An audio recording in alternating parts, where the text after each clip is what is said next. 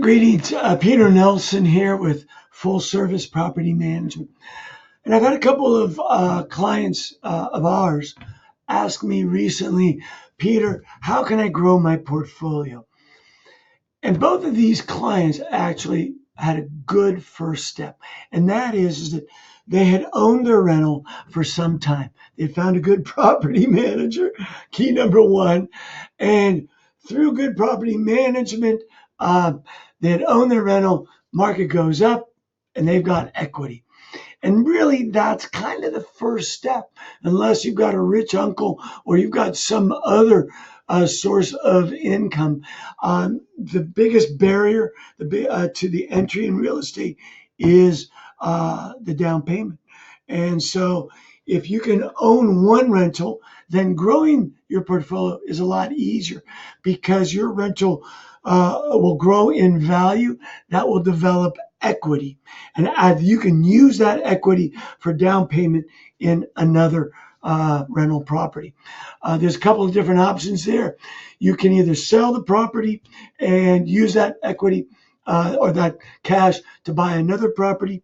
If you've owned currently, I'm not a realtor, so check the laws on this. But currently, I think if you lived in that property for out of the last 5 years, you can sell it without paying any capital gains. If it's been a rental or you haven't lived in it for 2 years, you can do a 1031 exchange. But check that out before you list a property because that's got all kinds of time constraints and other constraints. And selling the property works really good if you're not real happy with the location of your rental real estate. I've got some other videos about about location and the 3 rules of real estate.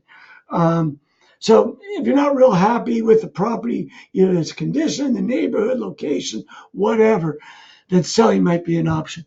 Otherwise, if you're happy with the property, don't sell. And don't refinance. Don't do a cash out refi. I've talked to people and they just keep doing these cash out refis and pay off their credit cards for that new TV and all of that and their vacations. Don't do that stuff, all right? But you can do a cash out refi and now buy more investment property. That makes sense, all right? That's a good time to do that is if you got a lousy interest rate. Then doing a refi, a cash out refi, makes really good sense. And then another option would be get an equity line from the bank. These are a lot cheaper, I think, than a refi. And typically it's like a second mortgage. And what you can do there is you get a big lump sum and it just sits there on account. The key is it's tempting. Don't tap it to pay off your credit cards.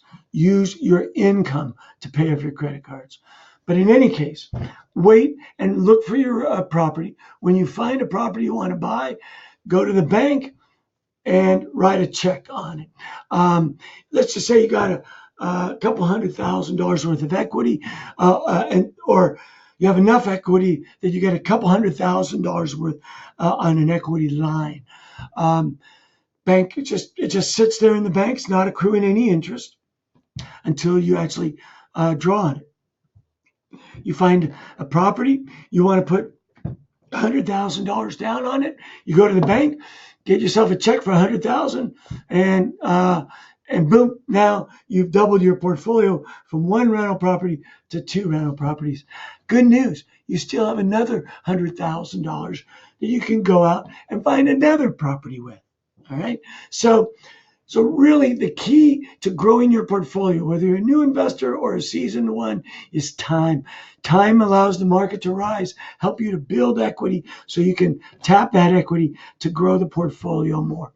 The keys again, and a fourth one is if you have a rich uncle or someone else in the family, or even just a friend, you can do a partnership deal where they put up the cash, you find the property, and you can get an equity stake that way. So in summary, the 4 areas that I talked about is taking your rental real estate and selling it and using cash proceeds to grow your portfolio.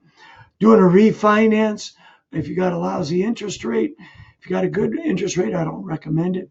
And the third one is get an equity line against your rental real estate. It's basically a second mortgage. And the fourth one is find a sugar daddy and tap him or her, or sugar mama, and tap him or her and become partners. So those are some options for growing your rental real estate. They're probably not the only ones, but they're certainly the most prevalent. Hope that helps, and good luck in growing your portfolio.